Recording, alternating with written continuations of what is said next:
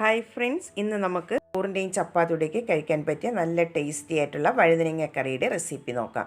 അതിനായി 2 വഴുതനങ്ങയാണ് എടുത്തിട്ടുള്ളത്. അത് നന്നായിട്ട് ക്ലീൻ ചെയ്തതിന് ശേഷം ഇതുപോലെ ഒന്ന് കട്ട് ചെയ്തിട്ട് എടുക്കണം. ഇനി ഇത് നമുക്ക് മാറ്റി വയ്ക്കാം. ഇനി ഇതെങ്ങനെയാണ് തയ്യാറാക്കുന്നതെന്ന് നോക്കാം.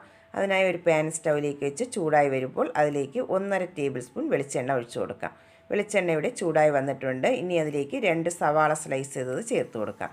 അതിൻ്റെ കൂടെ തന്നെ 1 ടീസ്പൂൺ ഇഞ്ചി വെളുത്തുള്ളി പേസ്റ്റും കൂടെ ചേർത്തതിന് ശേഷം നന്നായിട്ട് ഇനി സവാള ഒന്ന് വഴറ്റിയിട്ടെടുക്കണം.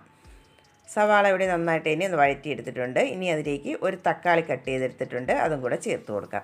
എന്നിട്ട് നന്നായിട്ട് ഇനി ഒന്ന് മിക്സ് ചെയ്തതിന് ശേഷം ഈ തക്കാളി ഒന്ന് കുക്കായി വരുന്നത് വരെ അടച്ചു വെച്ച് 2 മിനിറ്റ് ഇതൊന്ന് കുക്ക് ചെയ്തിട്ടെടുക്കാം. ഇതിപ്പോൾ 2 മിനിറ്റ് ആയിട്ടുണ്ട്. അടപ്പൊന്ന് തുറന്ന് നോക്കാം. തക്കാളിയെല്ലാം നന്നായിട്ട് ഇനി ഒന്ന് കുക്കായി വന്നിട്ടുണ്ട്. ഇനി ഇതിലേക്ക് നമുക്ക് പൊടികൾ ചേർത്ത് കൊടുക്കാം. 1 ടീസ്പൂൺ കാശ്മീരി ചില്ലി പൗഡറും 1 ടീസ്പൂൺ എരിവുള്ള മുളക് പൊടിയും കൂടെ ചേർത്ത് കൊടുക്കാം. അതിൻ്റെ കൂടെ തന്നെ 2 ടീസ്പൂൺ മല്ലിപ്പൊടിയും 1/4 ടീസ്പൂൺ മഞ്ഞൾപ്പൊടി, 1/2 ടീസ്പൂൺ ചിക്കൻ മസാലയും 1/4 ടീസ്പൂൺ ഗരം മസാലയും കൂടെ ചേർത്തതിന് ശേഷം ആ പൊടികളുടെയൊക്കെ പച്ച ടേസ്റ്റ് മാറുന്നതുവരെ ഒന്ന് വഴറ്റിയിട്ടെടുക്കാം. പൊടികളുടെയൊക്കെ പച്ച ടേസ്റ്റൊക്കെ ഇവിടെ മാറി വന്നിട്ടുണ്ട്. ഈ സമയമാകുമ്പോൾ നമുക്കതിലേക്ക് കട്ട് ചെയ്ത് വെച്ചിട്ടുള്ള വഴുതനങ്ങ ചേർത്ത് കൊടുക്കാം.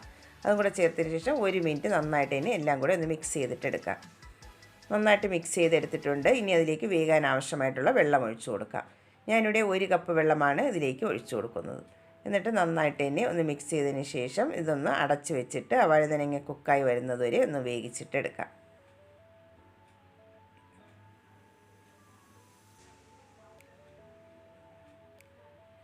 വഴുതനങ്ങ നന്നായിട്ട് തന്നെ ഇവിടെ കുക്കായി വന്നിട്ടുണ്ട്.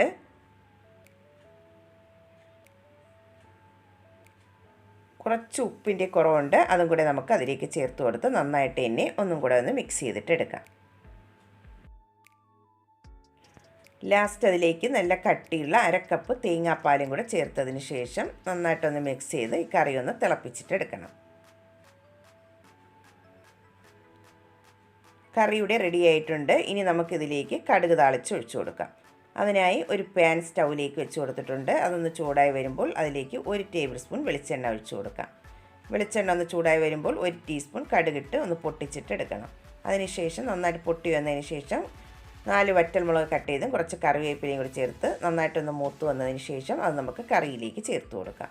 എന്നിട്ട് നന്നായിട്ടൊന്ന് മിക്സ് ചെയ്തെടുത്താൽ നല്ല ടേസ്റ്റി ആയിട്ടുള്ള വഴുതനങ്ങ കറി ഇവിടെ റെഡി ആയിട്ടുണ്ട്. എല്ലാവരും ഒന്ന് ട്രൈ ചെയ്ത് നോക്കിയിട്ട് വീഡിയോ